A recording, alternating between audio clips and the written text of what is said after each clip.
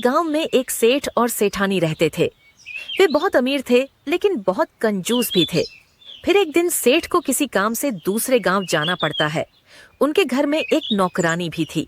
सेठ के जाते ही सेठानी उस नौकरानी पर जुल्म ढाना शुरू कर देती है। वह नौकरानी दिन भर घर का काम करती, लेकिन सेठानी को कभी भी उस पर दया नहीं आती थी और वह हमेशा उसे डांटती रहती थी। वहीं दूसरी तरफ गांव में एक कुआं था। बहुत समय पहले एक औरत ने उस कुएं में कूदकर अपनी जान दे दी थी। तब से उस कुएं से अजीब अजीब सी आवाजें आने लगी थीं। कोई भी उस कुएं के पास जाने की हिम्मत नहीं करता था। फिर एक दिन रोज की तरह नीता घर का काम कर रही होती है। अरे नीता, आज तो दोपहर हो गई और अब तक तेरा काम खत्म क्यों नहीं हुआ? लगता है मालकिन आज देर से सोकर उठी है।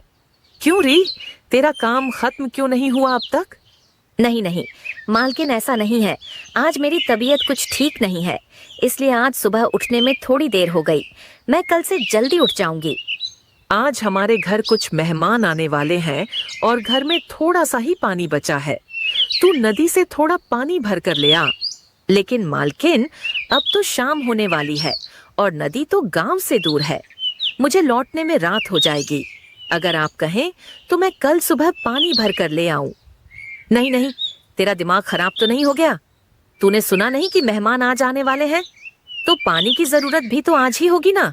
मुझे नहीं पता, कहीं से भी 2 घड़े भरकर पानी लेकर आ। फिर नीता उदास और परेशान मन से 2 घड़े अपने सर पर रखकर पानी भरने चल देती है। थोड़ी दूर चलने पर वह उसी चुड़ैल के कुएं के पास से गुजरती है। अरे, ये तो शाम हो गई।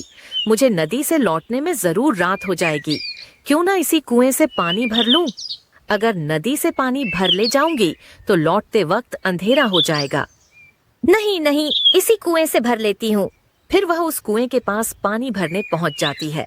जैसे ही वह उसमें झांक कर देखती है, उसे उस कुएं से अजीब अजीब सी आवाजें आने लगती हैं। कोई है? मेरी मदद करो, मैं इस कुएं में गिरी हुई हूँ। कोई मेरी जान बचाओ, मेरी मदद करो। अरे, ये कौन है? ये तो कोई लड़की की आवाज है। लगता है इसे मेरी मदद की जरूरत है। तुम कौन हो? तुम इस कुएं में कैसे गिर गई? क्या तुम मुझे सुन सकती हो? फिर जैसे ही नीता कुएं में झांक कर देखती है, तभी वह कुएं की चुड़ैल उसे कुएं के अंदर खींच लेती है। बचाओ बचाओ, कोई है? कोई मेरी जान बचाओ। हे भगवान, मेरी मदद करो। तभी नीता के सामने एक चुड़ैल आकर खड़ी हो जाती है। नीता बहुत डर जाती है। आज बहुत सालों की प्रतीक्षा के बाद कोई इस कुएं की तरफ आया है। मैं कब से इसी कुएं में इंतजार कर रही थी। आज जाकर मेरा इंतजार पूरा हुआ। मुझे छोड़ दो, मुझे जाने दो। गांव वाले सही कहते थे, इस कुएं में चुड़ैल का वास है।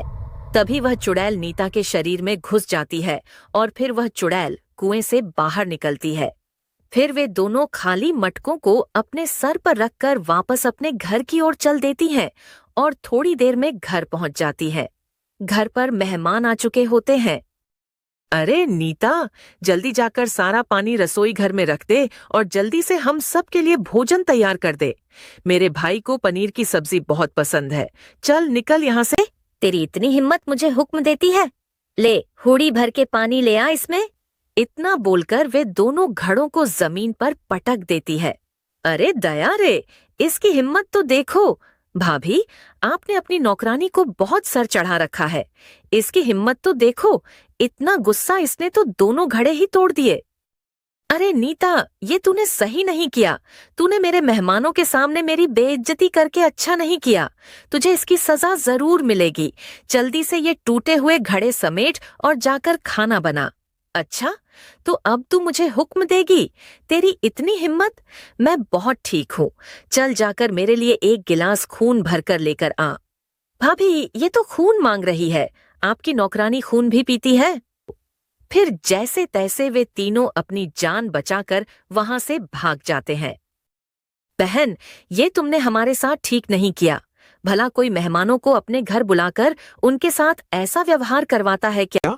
रेखा, चलो अभी यहाँ से चलो। बस, बहुत बेइज्जती करवा ली। बस अब और नहीं।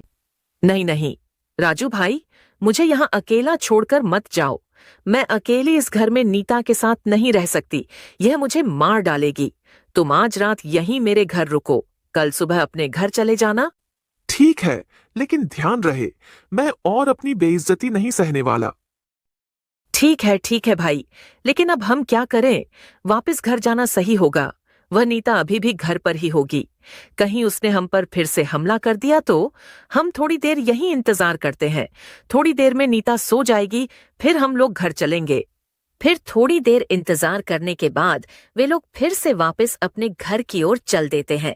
अजी, अजी, झांक कर तो देखो, नीता है या सोने चली गई? फिर राजू झांक कर देखता है।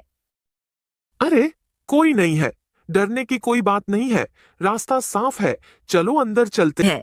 फिर वे तीनों धीरे धीरे घर के अंदर घुस जाते हैं और इधर उधर देखने लगते हैं।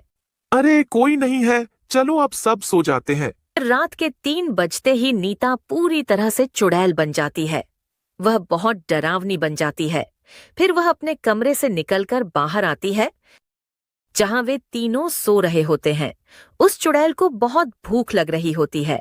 उस चुड़ैल को अपने सामने देखकर उनकी आंखें फटी की फटी रह जाती हैं। उन्हें कुछ समझ नहीं आता कि अब क्या करे।